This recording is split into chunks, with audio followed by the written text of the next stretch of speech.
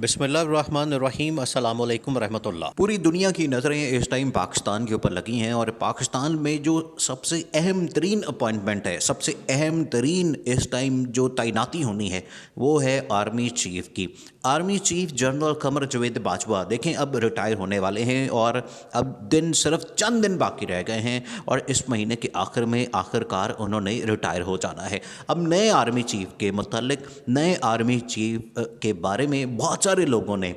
لوگوں نے یہ خبر بریک کر دی ہے کہ نیا army chief general Asim Munir ہوگا۔ دیکھیں جنرل عاصم منیر، یہ بڑی ہی اہم ترین معلومات اور اہم ترین انفارمیشن اور اہم ترین ڈیولپمنٹ ہے۔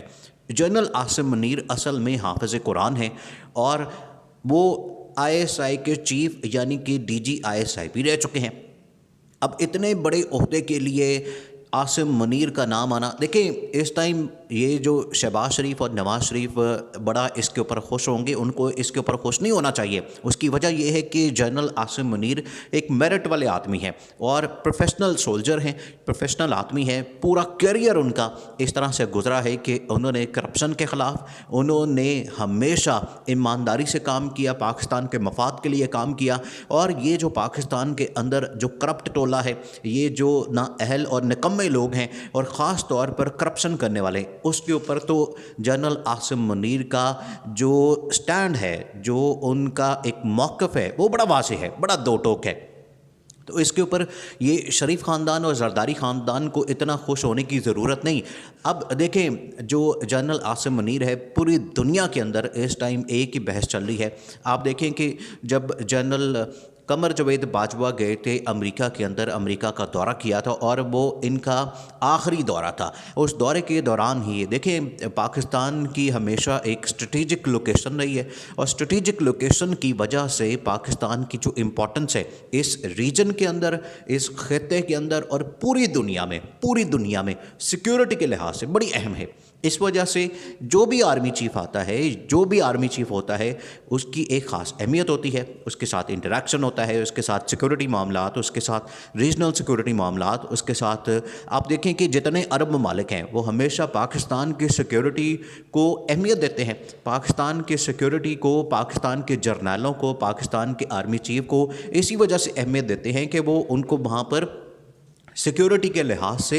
اپنا وہاں پر ایک ایسی اہمیت دیتے ہیں کہ ان کو استعمال کیا جاتا ہے، ان کو وہاں پر رکھا جاتا ہے، ان کو سیکیورٹی کی ذمہ داریاں دی جاتی ہیں، رسپانسبلٹی دی جاتی ہے۔ جتنی اس ٹائم عرب ممالک، خاص طور پر سعودی عرب کے اہم ترین مقامات کے اوپر پاکستان کی سیکیورٹی ہے، پاکستان کے وہاں پر جو سابق army chief general Raheel Sharif, وہ ساری سیکیورٹی کو کمانڈ کرتے ہیں، اس وجہ سے ان کی بڑی اہمیت ہے پاکستان کے جو آرمی چیف کی۔ اب جو نیا آرمی چیف، دیکھیں اس کے بارے میں بہت سارے لوگوں نے یہ بات کی ہے۔ اصل میں اب آپ اس پروسیس کو سمجھیں، اس پروسیجر کو سمجھیں جو اس میں فالو کیا جائے گا۔ اصل میں معاملہ یہ ہے کہ جو آرمی چیف کی اپوائنٹمنٹ ہے، آرمی چیف کی جو تعیناتی ہے، یہ پاکستان کے اندر ہمیشہ سے بڑی اہم ہوتی ہے، اور اس کے اوپر بہت زیادہ ڈسکشن ہوتی ہے، اس کے اوپر بہت زیادہ بحث ہوتی ہے، اس کے اوپر بہت زیادہ بات چیت ہوتی ہے۔ اسی وجہ سے عمران خان ہو، شہباز شریف ہو، نواز شریف ہو، آصف زرداری ہو، مولانا فضل الرحمان ہو، یا کوئی بھی آدمی پاکستان کے اندر، اس کا ہمیشہ فوکس ہوتا ہے کہ کون سا نیا آرمی چیف آ رہا ہے، یا آرمی چیف کون سا ہے، اسٹیبلشمنٹ کون سی ہے، کون لیڈ کرتا ہے، اور اس کے ساتھ اس کے تعلقات، اس کے ریلیشنز کیسے ہیں۔ اب اس سچویشن میں دیکھیں جہاں پر عمران خان کی حکومت کو نکالا گیا، پچھلے 6 مہینے سے عمران خان سڑکوں کے اوپر ہے، اور سڑکوں کے اوپر ہونے کی وجہ سے عمران خان کی جو پاپولیرٹی ہے وہ بڑھتی جا رہی ہے، عمران خان کی پاپولیرٹی کا گراف اوپر جا رہا ہے۔ اور ساتھ ہی آپ یہ بھی دیکھیں کہ اس ٹائم جو آرمی چیف کی اپوائنٹمنٹ ہونی ہے وہ ایسے وقت میں ہو رہی ہے جہاں پر امریکہ کے ساتھ معاملات ایسے ہیں، جہاں پر افغانستان کا ایشو ہے، چائنا کا ایشو ہے، انڈیا کے معاملات ہیں، اور بہت ساری ایسی چیزیں جو کہ ریجنل سیکیورٹی، اس خطے کی سیکیورٹی کی وجہ سے بڑی اہم ہے، بہت زیادہ اہم ہے۔ اس وجہ سے یہ پاکستان کی جو اپوائنٹمنٹ سب سے بڑی تعیناتی، اس کو اناؤنس کرنا ہے اگلے۔ اب آپ پہلے پروسیس کو سمجھ لیں، پھر اس کے بعد اس کی اہمیت کو سمجھیں۔ سب سے پہلے تو سمری آئے گی GHQ سے ڈیفنس منسٹری کو، ڈیفنس منسٹری اس کے بعد اس سمری کو، دیکھیں جو ٹاپ کے 3-4 جرنیل ہیں